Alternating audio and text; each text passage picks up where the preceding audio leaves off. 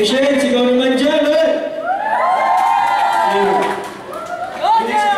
Yung experience namin, dapat kami talaga yung mananalo, no?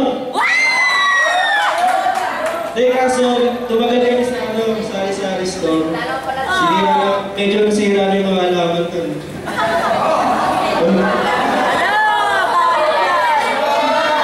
Hindi, ayos yun. Ayun, okay naman kami.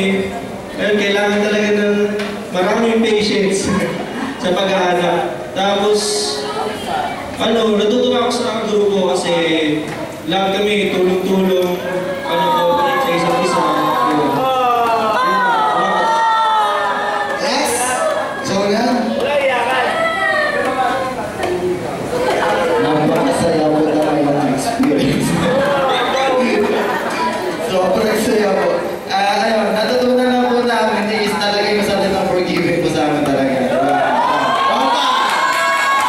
Tapos syempre, sa akin naman natutunan ko yung parang, ayon nga sa message kanina, yung lumalapit kami sa mga facilitator na yung nakakaalam kung saan nakalagay yung clue. Yung, kasi kanina, pinipilit namin mahanap, sige, tuloy na kami ng tuloy hanggang sa di na namin mahanap. Tapos, sumusuko kami, tatakbo lang rin naman pala kami kay facilitator. Parang katulad natin kay God na parang, hala, sige, baka natin ang balat, kaya mo yan.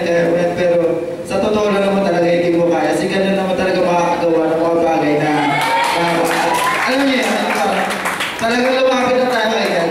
Amen. Salamat po. Ginagawa